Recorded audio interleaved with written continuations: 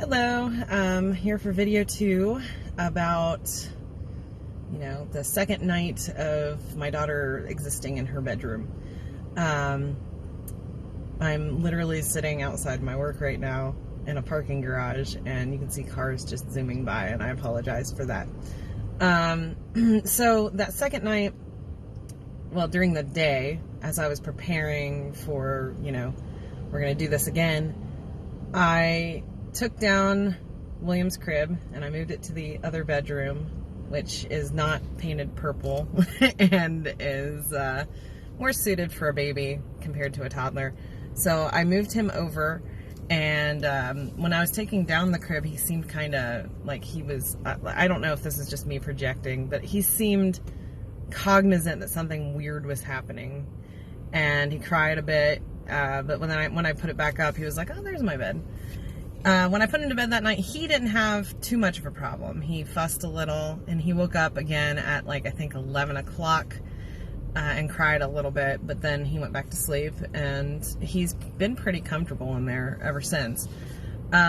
Celia, she was like, let's stay in mommy's bed, and I had to say, no, let's not stay in mommy's bed. Let's get you to sleep in your bed. It's your big girl bed. And it really is. It's a full-size bed. It's not just a toddler bed. So it's for a big kid. And so I put her in there, and I laid down with her. And held her hand. And I let her watch my phone for 20 minutes, which I know you're not supposed to do screen time so much, but it calmed her down a little bit. And I have a blue light filter, so I kind of excuse it by well, the blue light's not bothering her eyes, which I know that's not the only thing about screen time that's negative, but whatever. I used it and it happened, but she went once I had a YouTube Kids set to a timer so that it would turn off, and she went, oh, Mommy, your phone died, and she handed it over to me and immediately started whining, just going, and then she turns to me and she goes, I can't sleep. And I said, you haven't even tried.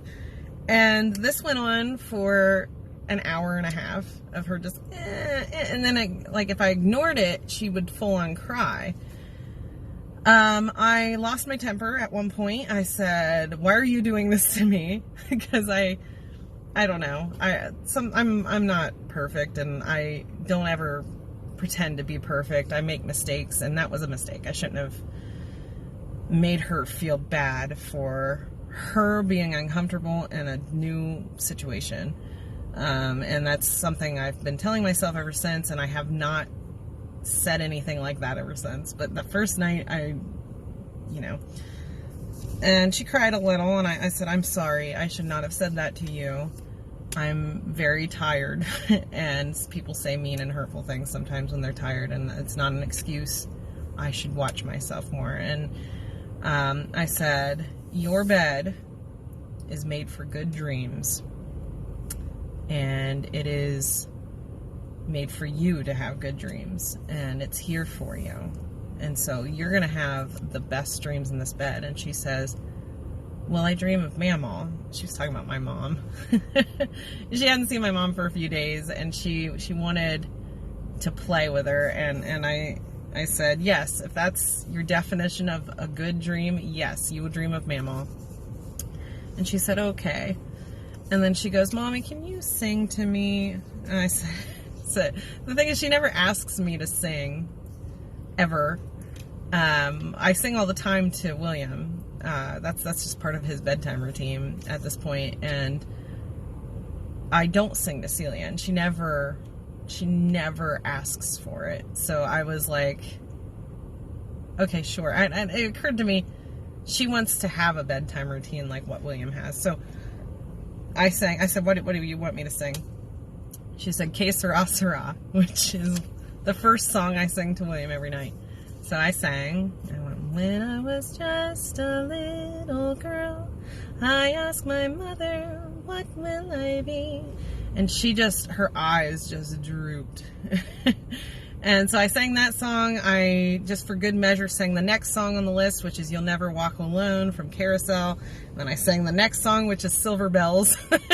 Christmas songs, by the way, make for really good lullabies.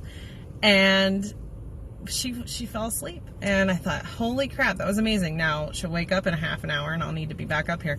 She didn't wake up the whole night. She slept until 9 in the morning.